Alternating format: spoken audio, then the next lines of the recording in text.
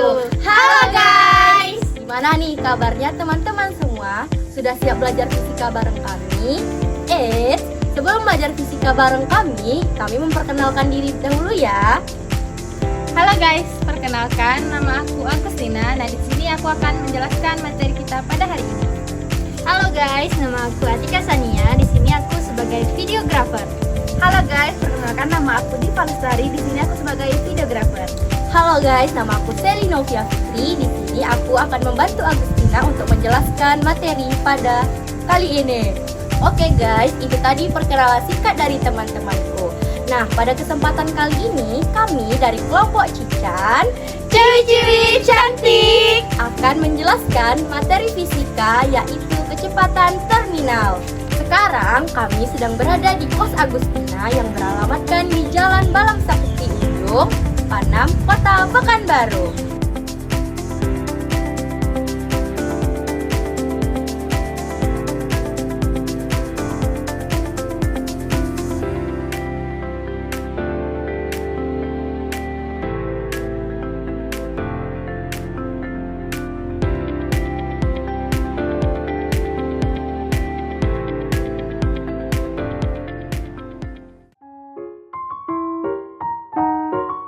Hai Tina, kamu sedang apa? Sepertinya sedang melakukan eksperimen ya?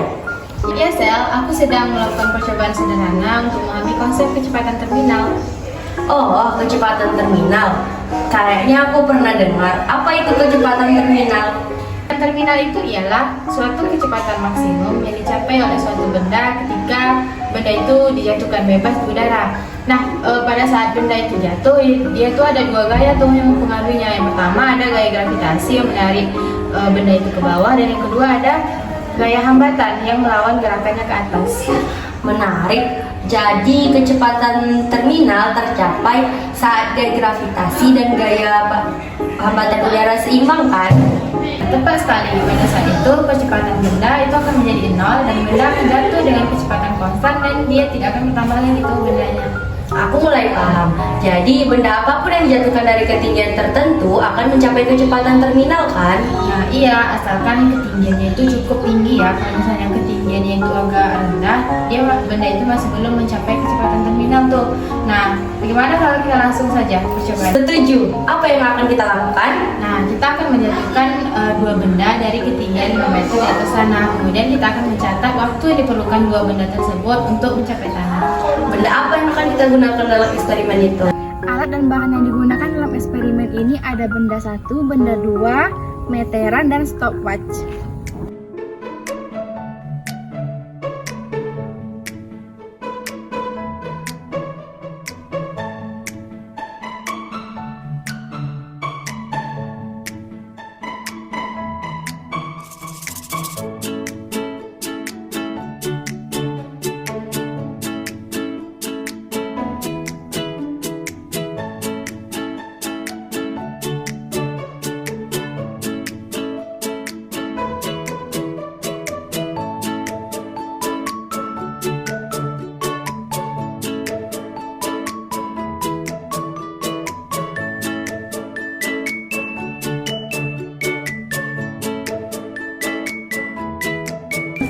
Kedua benda jatuh dalam waktu yang berbeda, padahal mereka jatuh bebas kan ya? Nah, jadi disitulah konsep kecepatan terminal berperan. Nah, ketika benda itu jatuh, gaya gravitasi itu akan menariknya ke bawah. Namun di saat yang sama ada tuh gaya hambat udara yang menghambat lagi jatuhnya. Nah, ketika gaya gravitasi dan gaya hambat udara itu seimbang, maka percepatan benda itu akan menjadi nol dan kecepatannya akan menjadi konstan. Nah, jadi untuk lebih jelasnya, mari kita lihat video berikut.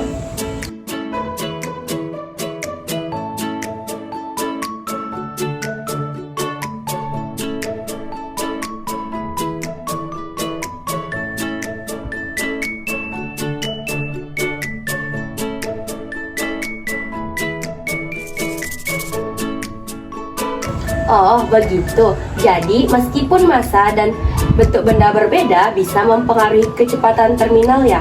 Tapi, pada eksperimen kali ini kita tidak terlalu memperhatikannya. Kita hanya berfokus pada gaya gravitasi dan gaya hambatan udaranya ya. Nah, iya, karena kita hanya fokus terhadap konsep kecepatan terminal tanpa kita memperhitungkan massa dan juga bentuk benda. Nah, jadi untuk lebih lanjutnya aku akan jelaskan dengan rumus sederhananya. Oke, jadi aku akan menjelaskan dengan lanjut.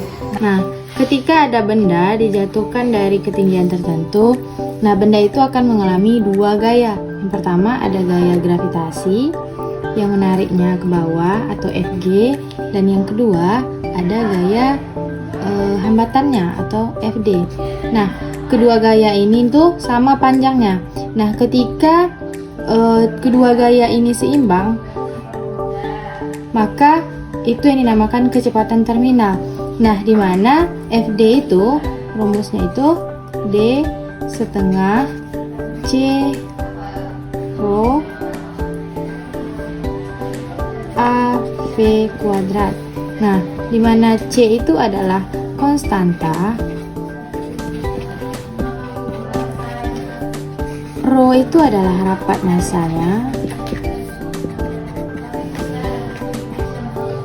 A itu adalah luas penampang,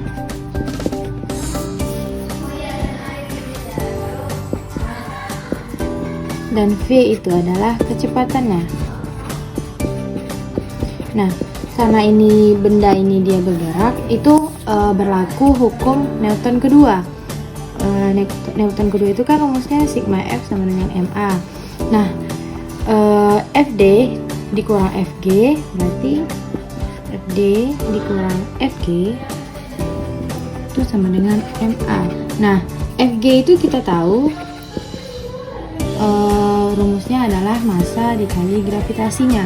Nah, kita substitusi rumus kedua gaya yang sudah kita dapatkan tadi, maka Fd itu kan setengah C rho AV kuadrat dikurang M kali G sama dengan 0. Nah, maka tinggal kita pindahkan saja, maka menjadi P sama dengan akar dari 2mg per C rho A. Nah, inilah rumus dari kecepatan terminal.